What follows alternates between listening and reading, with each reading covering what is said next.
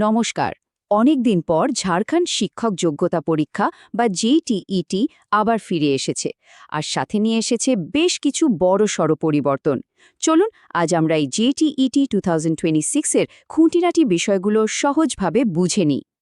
তো এই নতুন নোটিফিকেশনটা বুঝতে আমরা মূলত 6টা পয়েন্টের ওপর জোর দেখব যারা শিক্ষক হতে চান তাদের জন্য এই পরীক্ষাটা ঠিক কী সুযোগ নিয়ে আসছে।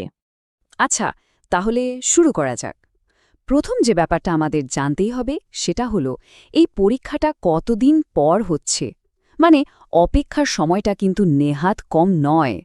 ভাবুন একবার, পুরো 10টা বছর 2016 সালের পর এই পরীক্ষা আবার হচ্ছে।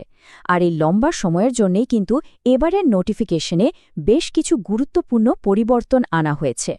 সবচেয়ে বড় 3টে বদলের মধ্যে প্রথমটা হলো, যারা আগে আবেদন করেছিলেন তাদেরও নতুন করে আবেদন করতে হবে, যদিও কোনো ফি লাগবে না।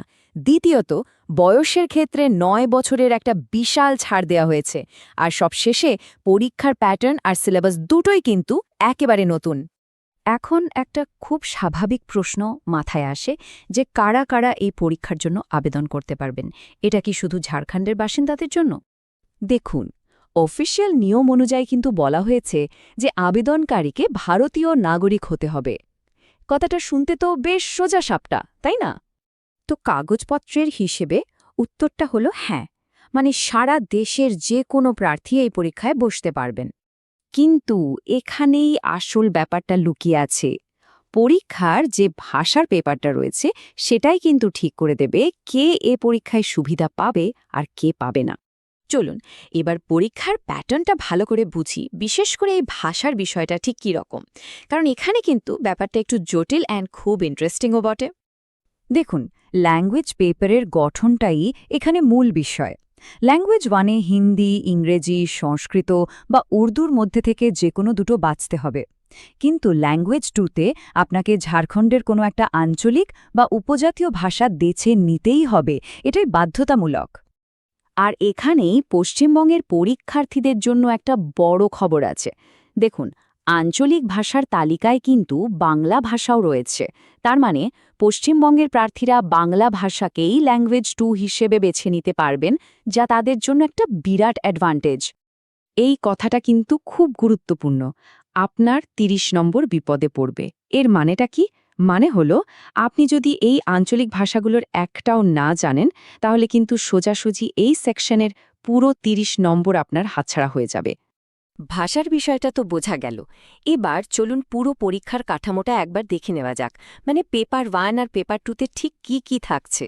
ক্লাস 1 থেকে 5-এর জন্য যে পেপার 1, সেখানে মোট 5টা সেকশন থাকছে, প্রত্যেকটাতে 30 নম্বর করে। আর সবচেয়ে ভালো খবর হলো, এখানে কোনো নেগেটিভ মার্কিং নেই। আর যারা সায়েন্স আর ম্যাথসের শিক্ষক হতে চান তাদের পেপার 2-তে সাবজেক্টের নম্বরটা একটু অন্যভাবে ভাগ করা। মেইন সাবজেক্ট মানে অঙ্ক আর বিজ্ঞানের জন্য 50 নম্বর, আর কম্পিউটার জ্ঞানের জন্য থাকছে 10 নম্বর। পাশ করার নম্বরটা কিন্তু অন্যান্য টেট পরীক্ষার মতোই। মানে জেনারেল ক্যাটাগরির জন্য আপনাকে পেতে হবে 60%, অর্থাৎ 150-র মধ্যে 90। বাকি ক্যাটাগরির জন্য ছাড় তো রয়েছেই। পরীক্ষার প্যাটার্ন তো হলো, কিন্তু পড়তে হবেটা কি? চলুন সিলেবাসে একবার চট করে চোখ বুলিয়ে নিই। যেমন ধরুন, সোশ্যাল সায়েন্সের ক্ষেত্রে আপনাকে ভারতীয় ইতিহাস, ভূগোল, রাষ্ট্রবিজ্ঞানের মতো বিষয়গুলো তো পড়তেই হবে। কিন্তু তার সাথে প্রায় প্রত্যেকটা বিষয়েই ঝাড়খণ্ড সম্পর্কিত কিছু তথ্য জেনে রাখতে হবে। পরীক্ষার প্রশ্ন কতটা কঠিন হবে?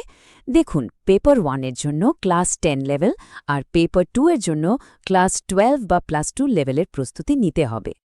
তো এত সব কিছু জানার পর আমরা একদম শেষ এবং সবচেয়ে জরুরি প্রশ্নটাতে এসে পৌঁছেছি। এই পরীক্ষাটা কি আদৌ আপনার জন্য?